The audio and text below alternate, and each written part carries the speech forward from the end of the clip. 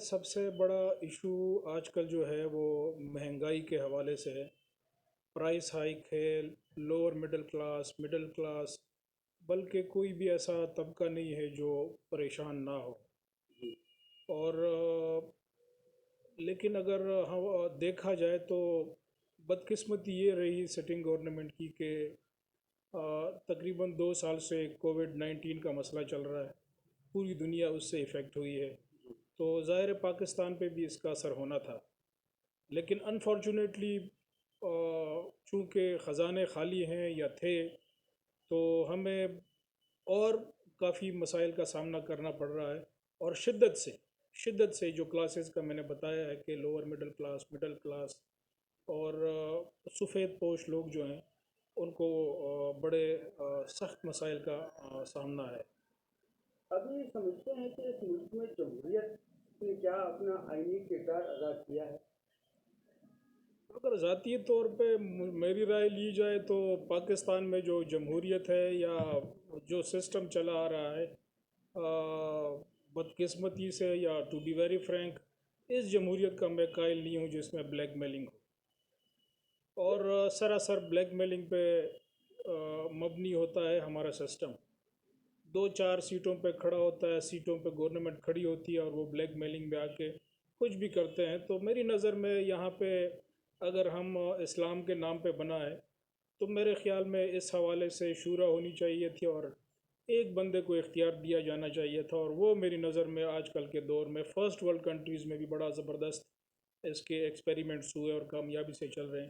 Presidential form of government ہونا چاہیے تھا۔ دیکھیے کہ اگر ہمارا نام پاکستان کا اسلامی جمہوریہ پاکستان ہے، تو اگر اسلامی ہے تو اسلامی بنیادوں پہ تو کم از کم لے کے آ جائیں۔ اگر امیر المومنین یا خلیفۃ المسلمین کے پاس اختیارات ہیں شورا سے کنسلٹیشن کے بعد، تو مقصد یہ ہے کہ اس حد تک تو با اختیار کریں آپ۔ وزیر اعظم تو یہاں پہ ہر ایشو کے حوالے سے بلیک میل ہوتے ہیں، کسی نے کوئی گروپ بنا لیا، کسی نے پریشر گروپ بنا لیا، کسی نے آزاد گروپ بنا لیا، تو جو جمہوریت رائج ہے اس میں تو پھر یہ چیزیں ہو رہی ہیں کہ جو عوامی مفادات کے پالیسیز ہوتی ہیں وہ پھر پروان نہیں چڑھتی ہیں۔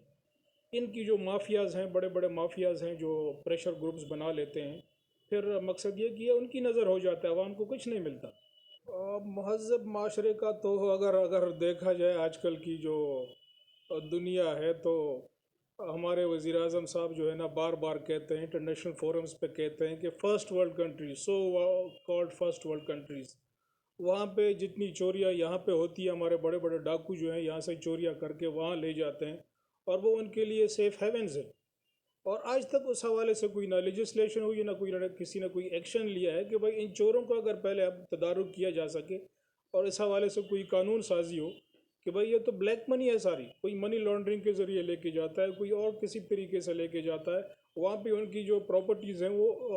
موویبل پراپرٹیز نہیں ہے ساری کہ بینک اکاؤنٹس ہیں یا انہوں نے تجوریاں بھری ہوئی ہیں، بلکہ اموویبل پراپرٹیز بھی ہیں۔ اس حوالے سے فرسٹ ورلڈ کنٹریز یا جو سویلائزڈ ورلڈ ہے انہوں نے کیا کیا ہے، میننگ دیئر بائی کہ وہ اسی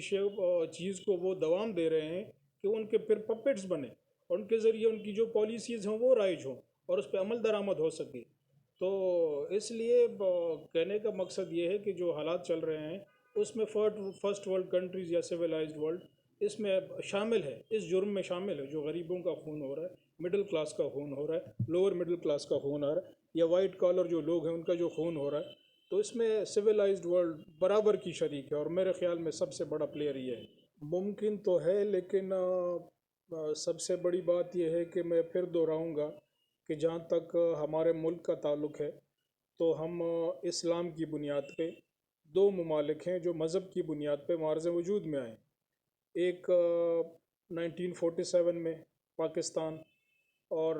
ہم اسلامی جمہوریہ پاکستان کے نام سے اس کو یاد کیا جاتا ہے، اور دوسرا اسرائیل۔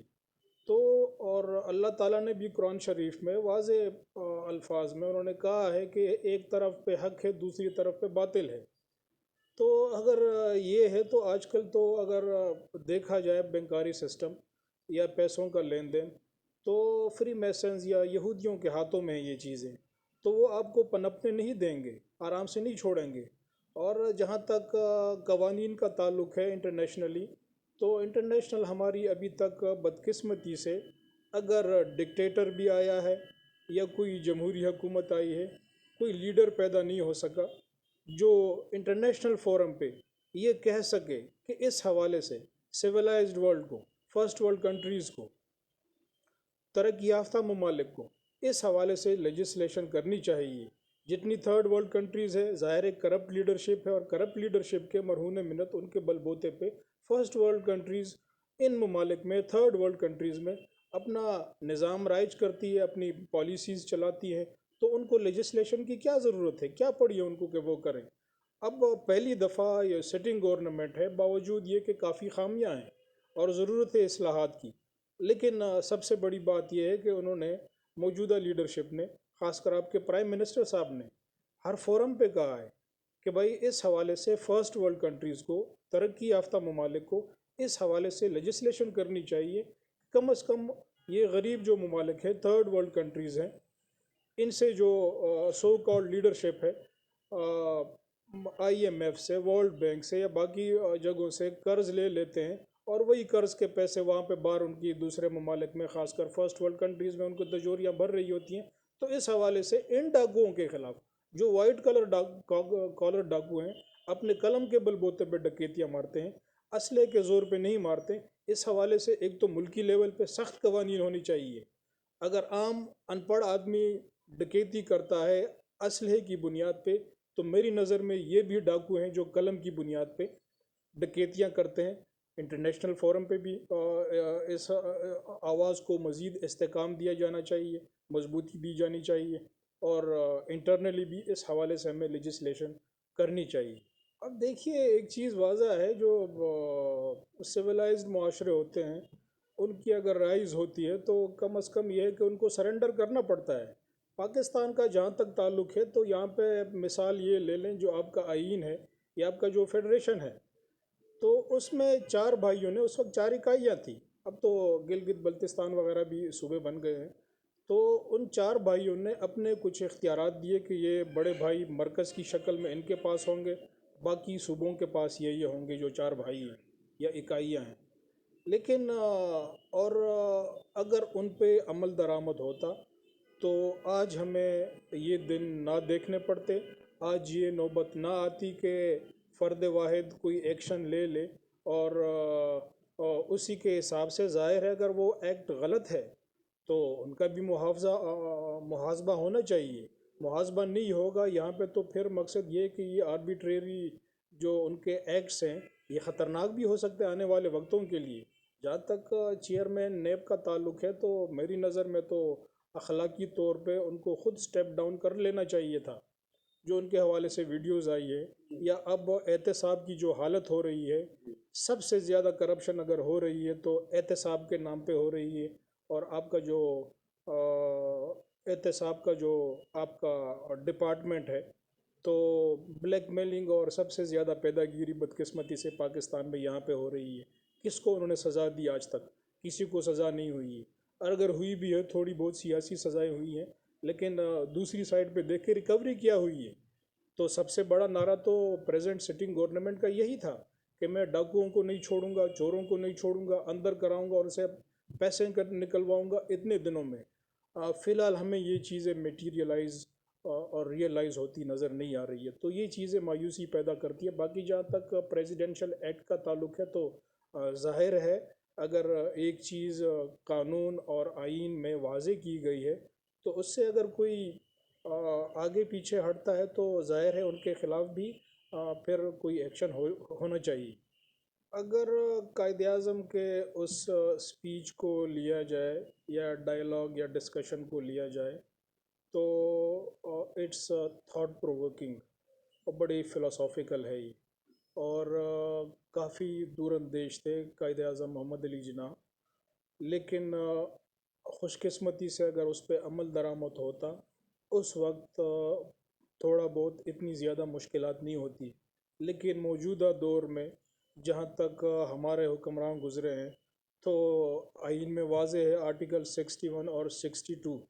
صادق صادق 61 اور 62. Yeah. صادق اور امین کا جو وہاں پہ انہوں نے کرائٹیریا دیا ہوا ہے، آج آپ ٹاک شوز دیکھ لیں، انفارچونیٹلی یہ ہمیں جھوٹ سکھاتی ہیں.